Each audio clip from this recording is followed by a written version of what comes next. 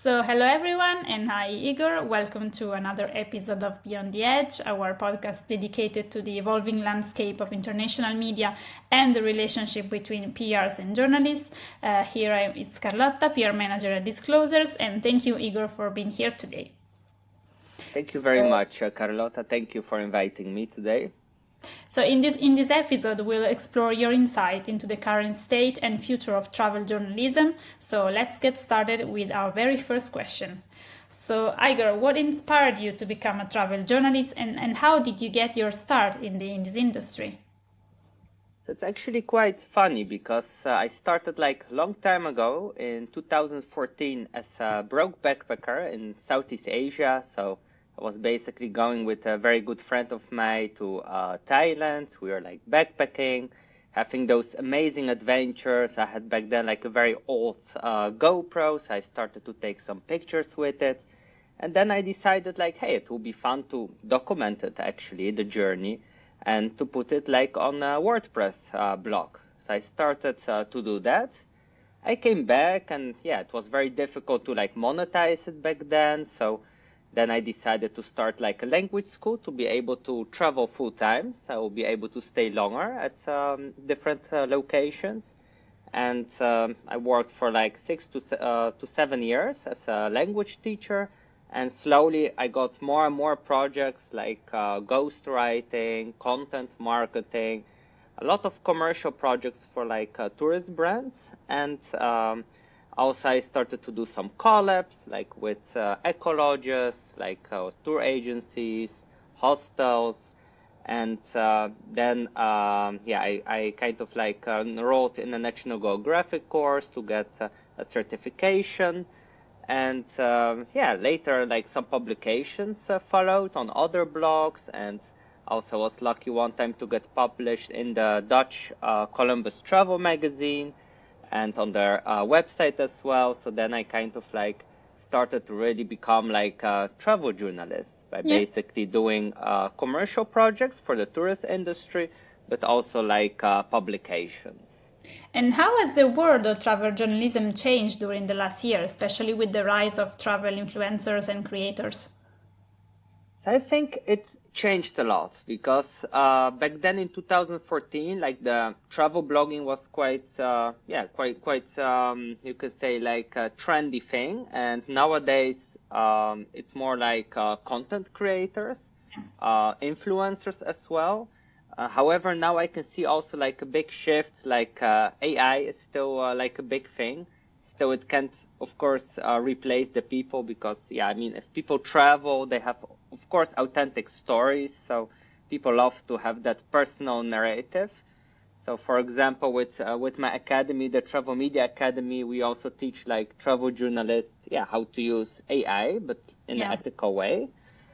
And in general, like I think there's a big shift now, and a lot of digital nomads, content creators, they start to settle down on specific locations that they explored, and they become a bit more specialized, I would say, because it's very difficult now to be, let's say, like big trend is like van life or solo female travel, and there are a lot of people that do the same. So my advice will be always to try to niche down, specialize, and also focus on one location, and you can always expand. Yeah. And what are one of the most memorable experience you have had while reporting from different parts of the world?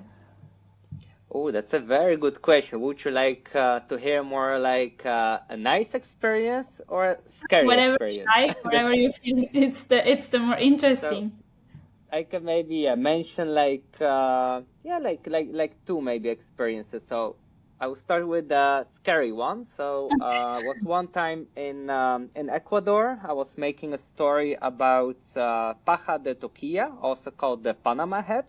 So I went to like a village called Monte Cristi, and from Monte Cristi I searched a bit for local people that deliver basically the Panama Heads to Monte Cristi. That's gets later distributed in Ecuador and around the globe. So I went there for the story, everything was fine. But then I came back to another location, and I was like in a chifa, it's kind of a Chinese restaurant in Ecuador. And suddenly, two men walked in with like a gun, and there was like armed robbery suddenly, and I was there as a travel journalist, like with my backpack preparing for my bus ride, and I had like my GoPro, my Canon camera, money, phone, basically everything on me. So I was in the worst case scenario. Luckily, they didn't rob me because I said just like no to them, and they didn't interact into violence because they robbed already like 10 other people. So I kind of read the room. Okay, they needed to be in a rush, so Yeah. I was lucky not to lose anything. So that was a bit kind of like a memorable Yeah. experience, but in a I scary see. way. Yeah. And like in the optimistic way, there are like so many like beautiful experiences. So one time in there was more in the times of the backpacker journey. I went with a good friend to Laos, to Luang Prabang. It's like Mm-hmm. a town there. And back then we were really like broke backpackers. I didn't have my digital business, like still no any perks with the travel journalist. So basically only my GoPro, my backpack, and we didn't have that much money back then. So my friend had a tent with him. So we decided to camp near the river somewhere. So Okay. we went cycling. We rented some bicycles, and we didn't read any maps because it was a very Wow. like random situation. Let's say that we Authentic went there. also. So it was we were cycling, and suddenly we lost the river. We were going up the mountains. We didn't even know it, but it was quite far up the mountains. And suddenly we found like a national park. There were like some soldiers protecting it, and basically we asked like if we can camp there. And first they were not like that happy about. Later they were okay, that's fine. And we basically camped like in a cave that was also like a Buddhist temple with all Wow. those like Yeah. golden, it was probably not real gold, but like that kind of golden color Buddhas. So we slept there basically in that cave. So that was, I Wow. That, think, that was the great. most Should have been great. magical experience. Yeah. Yeah. And I had another question. How do you balance storytelling and factual reporting? I mean, especially if you cover cultural or political topics while you're traveling. So actually, that's a very good question. It's a very powerful question. So especially, on one side, as a travel journalist, you need to tell a story, right? So you need to have something interesting because otherwise people would not read it or they will not watch your video or your pictures. Exactly. Yeah. But on the other side, as a travel journalist, um, the difference between like a content creator, travel vlogger is that as a travel journalist, you need to work fact-based, Yeah. especially for publications, for example. It depends also for which media you write, because a lot of journalists do commercial work as well. But the difference is actually that you need always, to do your best to be up to date, do pre-trip research. So basically that you know what you're talking about. So that's very important. And also the ethical way of, I call it always story hunting. So that means how you collect the stories. Yeah. And that means like if you interview people, always keep in mind that they can be vulnerable as well. And you You always have to meet the need to people. protect them. Yeah, Hmm. exactly. Because it's, So you I need mean, always to protect your sources. it's always people we are Hmm. talking about. So even if you had a great story, um, I mean, I think you had to keep in mind that you are talking to people, maybe people with vulnerabilities, as you were said, or people with different sensibilities from yours. Yeah, definitely. And I think it's important to like protect them. And always when you publish it, you need to know like what kind of effect it can have on the local community or a certain individual. So try to do your best to not, of course, harm them. Because imagine if you interview someone about, let's say, a local indigenous community chief about the local factory that damages their community. You can Yes. imagine if it hurts the reputation of the fabric, maybe it can have consequences on the community as well. So You need always to think twice about it. And with storytelling, yeah, of course, it's important to have a good hook, like in the lead or in your video, to capture the attention, but always do it like in an ethical way. You can see that, yeah, with a lot of YouTubers, influencers, sometimes they kind of break a bit the ethic, I would say. Not everyone, of course, but a lot of them, or they don't provide the facts. So that's a bit the difference, I would say, with a travel journalist. Yes, I completely agree. So here we are to our last question. What advice would you give to inspiring travel journalists trying to break into this field?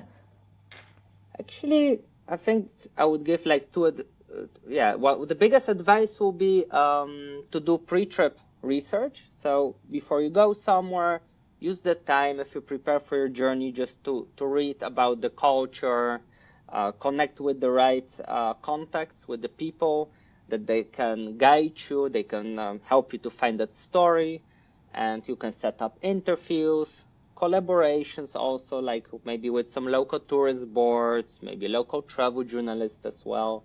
So Yes. that's very important. So basically the pre-trip research. So that's actually for the travel journalists. I mean, even for a lot of content creators as well, like a very important thing to have your content calendar, that you have an idea a bit like what's your mission, what kind of story you want to craft.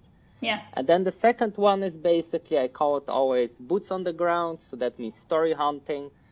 Be open to people. Try to go a little bit from your story angle. Maybe you can find something interesting, and maybe you can find other opportunities as well to pitch to some local companies or local media.